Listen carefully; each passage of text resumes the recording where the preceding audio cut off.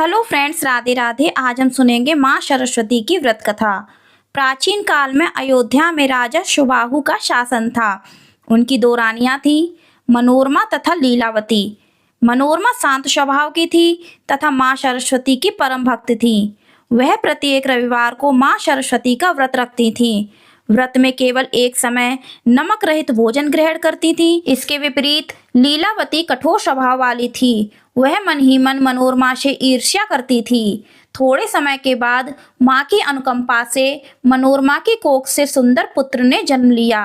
राजा ने उसका नाम सुदर्शन रखा। 1 महीना बीतने पर लीलावती की कोख से भी एक पुत्र ने जन्म लिया, जिसका नाम शत्रुजित रखा गया। पुत्र जन्म के उपरांत मनोरमा ने सरस्वती व्रत का उद्यापन किया। उसने उसमें लीलावती को भी बुलाया। इस व्रत में नमक वर्जित होता है, परंतु ईर्ष्यावत लीलावती ने भोजन में नमक डाल दिया। इस बात का पता मनोरमा को नहीं चला। एक दिन राजा सुबाहु आखेट के लिए जंगल में गए। वहां वे शेर द्वारा आक्रमण किए जाने पर मृत्यु को प्राप्त हो गए। नगर में पहुंचकर जब सैनिकों ने यह सूचना दी तो मंत्रियों तथा प्रजाजनों ने जंगल में जाकर राजा का अंतिम संस्कार कर दिया। राजा सुबाहु की मृत्यु का समाचार सुनकर मनोरमा तथा लीलावती के पिता अपनी अपनी सेना लेकर वहां पहुंचे। मंत्री व प्रजा रानी मनोरमा के पुत्र सुदर्शन को राजा बनाना चाहते थे, परंतु लीलावती के पिता शक्तिशाली थे। वे अपने नाती शत्रुजित को राजा बनाना चाहते थे। लीलावती के पिता ने मनोरमा के पिता अर्थात सुदर्शन के नाना को युद्ध में मार गिराया। अपने पिता की मृत्यु का समाचार सुनकर मनोरमा घबरा गई और रात ही में ही अपनी एक दासी के साथ अपने पुत्र सुदर्शन को लेकर नगर से बाहर निकल गई। 2 दिन तक चलते रहने के बाद गंगा पार करके वह भारद्वाज ऋषि के आश्रम में पहुंची। मनोरमा को देखते ही भारद्वाज ऋषि बोले, हे कल्याणी, तुम माँ सरस्वती के भक्त हो और उनका पवित्र व्रत भी करती हो। तुम यहाँ निश्चिंत होकर रहो और अपने पुत्र का पालन पोषण करो। तुम्हें उस पाप का दंड मिल रहा है जो तुमने नहीं किया। व्रत के उद्यापन के समय लीलावती ने भोजन में नमक मिला दिया था, फलस्वरूप तुम्हें यह दुख भोगना पड़ रहा है। लीलावती के पिता ने शत्रुजित को राज सिंहासन पर बैठा दिया और अपने सैनिकों को मनोरमा तथा सुदर्शन को ढूंढकर लाने का आदेश दिया, परंतु वे दोनों नहीं मिले। कुछ समय पश्चात सैनिकों ने आकर लीलावती के पिता को बताया कि मनोरमा और उसके पुत्र सुदर्शन भारद्वाज ऋषि के आश्रम में रह रहे हैं। रानी लीलावती के पिता सैनिकों सहित भारद्वाज ऋषि के आश्रम पर पहुंचे। इस बात का पता चलते ही रानी मनोरमा ने भारद्वाज ऋषि से कहा, हे मुनिश्रेष्ठ, अब मैं क्या करूं, कहाँ जाऊं? यह राजा मेरे पुत्र को मारने के लिए आया है। हे ऋषिवर, जिस प्रकार महाभारत में मुनियों ने द्रौपदी की रक्षा जयद्रथ से की थी और रामायण में सीता की रक्षा वाल्मीकि ने की थी, उसी प्रकार आप भी हमारी रक्षा कीजिए। रानी के इन वचनों को सुनकर भारद्वाज ऋषि आश्रम के द्वार पर गए, जहां वह राजा अपने सैनिकों सहित खड़ा था। भारद्वाज ऋषि उससे बोले, राजन, आप अपने नगर को लौट जाइए। यह सुनकर राजा को क्रोध आ गया और बोला कि आप मनोरमा और उसके पुत्र सुदर्शन को आश्रम से निकाल दो, अन्यथा मैं बलपूर्वक उन्हें यहाँ से ले जाऊंगा। यह सुनकर ऋषि भारद्वाज बोले, हे राजन, जिस प्रकार महर्षि विश्वामित्र वशिष्ठ जी की गाय को बलपूर्वक ले जाना चाहते थे, उसी प्रकार यदि तुम में शक्ति हो तो उन्हें ले जाओ। तब राजा के प्रधानमंत्री ने राजा को समझाया कि ब्रह्म बल में शस्त्र बल से कहीं अधिक शक्ति होती है। ये माँ सरस्वती के भक्त हैं, अतः इनसे क्षमा मांगकर लौट जाना चाहिए। यह सुनकर राजा ऋषि भारद्वाज से क्षमा मांगकर लौट गए। आश्रम में रानी मनोरमा माँ सरस्वती के व्रत करते हुए अपने पुत्र सुदर्शन का पालन पोषण करने लगी। जब सुदर्शन 5 वर्ष का हुआ तभी उसने क्लीम के उच्चारण को बीज मंत्र मान लिया। कहते हैं कि माता के संस्कारों का संतान पर अमिट प्रभाव पड़ता है, इसलिए अपनी माता की माँ सरस्वती के प्रति भक्ति देखकर सुदर्शन पर ऐसा प्रभाव पड़ा कि वह भी माँ सरस्वती का परम भक्त बन गया। फलस्वरूप माँ सरस्वती की कृपा से थोड़े ही समय में वह समस्त विद्याओं में निपुण हो गया। एक रात माँ सरस्वती ने सुदर्शन को स्वप्न में दर्शन दिए। सफेद वस्त्र एवं आभूषणों से सुसज्जित अद्भुत शक्ति संपन्न स्त्री को देखकर सुदर्शन ने उनसे प्रश्न किया, आप कौन हैं? माँ ने कहा, मैं विद्या, शक्ति आदि प्रदान करने वाली माँ सरस्वती हूँ। मैं तुमसे अत्यधिक प्रसन्न हूँ। बोलो तुम्हें क्या चाहिए? सुदर्शन बोला, माँ मैं तो केवल आपकी कृपा ही चाहता हूँ। समय आने पर आप मेरी सहायता करें। माँ सरस्वती तथास्तु कहकर अंतर्धान हो गईं। काशी नरेश की एक कन्या थी जिसका नाम शशिकला था। वह भी माँ सरस्वती की भक्त थी और रविवार के दिन माँ सरस्वती की पूजा करती, कथा सुनती तथा व्रत करती थी। एक दिन शशिकला ने सुदर्शन की सुंदरता व योग्यता के विषय में सुना तो उसने मन ही मन सुदर्शन को अपना पति मान लिया। आधी रात के समय माँ सरस्वती ने शशिकला को स्वप्न में दर्शन देकर कहा, हे सुंदरी वर मांगो। शशिकला बोली, माँ आप तो अंतर्यामी हैं, आपको मेरे मन की बात पता है। माँ सरस्वती ने कहा, सुदर्शन भी मेरा भक्त है, वो मेरी आज्ञा का पालन अवश्य करेगा और वह ही तेरा पति होगा। शशिकला ने इस स्वप्न के विषय में अपनी माँ को नहीं बताया परंतु अपनी एक सखी को अवश्य बता दिया। एक दिन शशिकला अपने बाग में चंपा के पुष्प तोड़ रही थी, तभी उसने एक ब्राह्मण को आते हुए देखा। शशिकला ने उससे पूछा कि आप कहाँ से आ रहे हैं? ब्राह्मण ने कहा, मैं ऋषि भारद्वाज के आश्रम से आ रहा हूँ। यह सुनकर शशिकला ने पुनः प्रश्न किया कि उस आश्रम में सबसे अधिक देखने योग्य क्या है? ब्राह्मण ने उत्तर दिया कि उस आश्रम में सबसे अधिक देखने योग्य राजकुमार सुदर्शन है, जो पूर्ण गुण संपन्न है और आपका पति होने के भी योग्य हैं। मणि और कंचन की तरह तुम दोनों का एक होना तो पहले ही निश्चित हो चुका है। यह सुनकर शशिकला बेचैन हो गई। उसे न दिन में चैन था और न रात में नींद। घर की लाज और पिता की इज्जत ने उसे भयभीत कर रखा था। राजकुमार सुदर्शन के पास धन संपत्ति कुछ न था परंतु माँ सरस्वती की कृपा से उसे सिद्धि प्राप्त हो चुकी थी।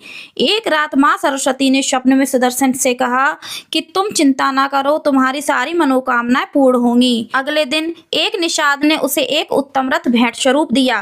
तब ऋषियों ने कहा कि माँ सरस्वती की कृपा से तुम जल्द ही एक स्वतंत्र राज्य के राजा बनोगे और रानी मनोरमा से कहा कि हे सुमुखी, अब समस्त भूमंडल पर तुम्हारे पुत्र सुदर्शन का राज्य होगा। ऋषियों की बात सुनकर रानी मनोरमा ने कहा कि आपका वचन सत्य हो, यह राजकुमार सदैव आपकी सेवा करेगा।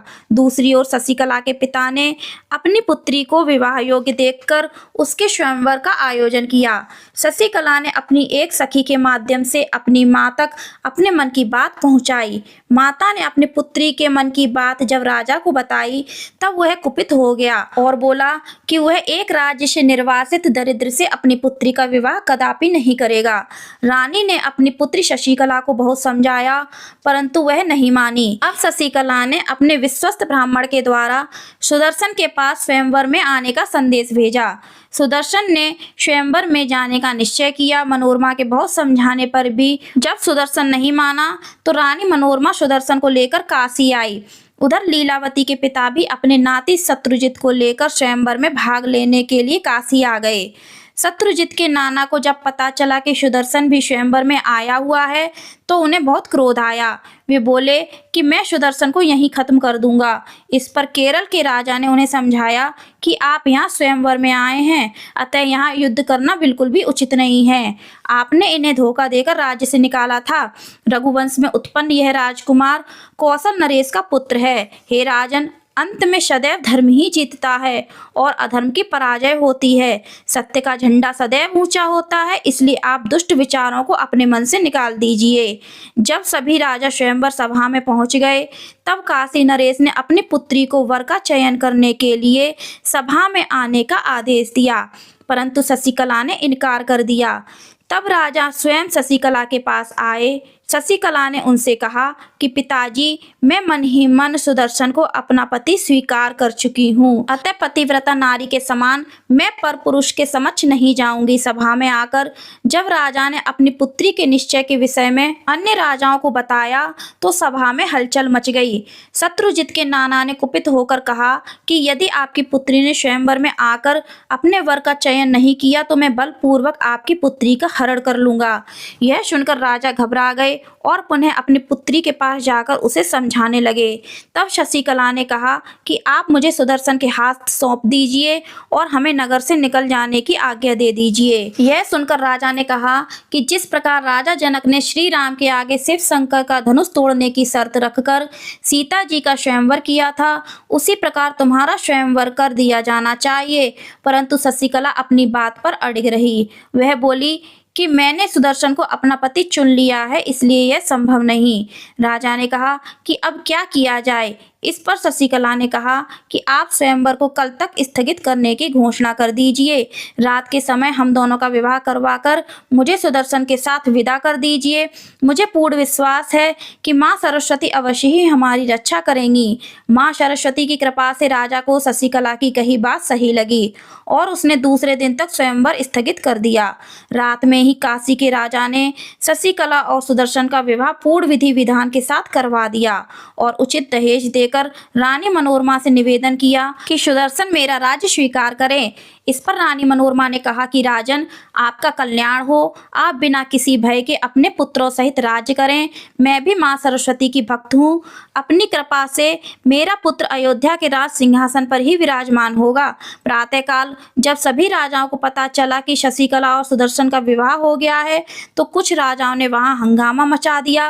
काशी नरेश ने सभी को भोजन पर आमंत्रित किया। इस पर कुछ राजाओं ने कहा कि तुम्हें जो करना था वह तो तुमने कर लिया, अब हमें जो करना है वह हम करेंगे। कुछ राजा अपने नगर को लौट गए और कुछ राजाओं ने सुदर्शन को मार्ग में ही रोककर युद्ध करने के लिए ललकारा। कुछ दिनों बाद सुदर्शन शशिकला को विदा कराकर काशी से चल दिया। मार्ग में रानी लीलावती के पिता ने अन्य राजाओं के साथ मिलकर सुदर्शन को चारों ओर से घेर लिया। जब काशी नरेश को इस बात का पता चला तो वह भी अपनी सेना लेकर वहां पहुंच गया। दोनों ओर की सेना में भयंकर युद्ध हुआ। सुदर्शन बिना किसी डर के अपने रथ को आगे की ओर बढ़ाते रहे।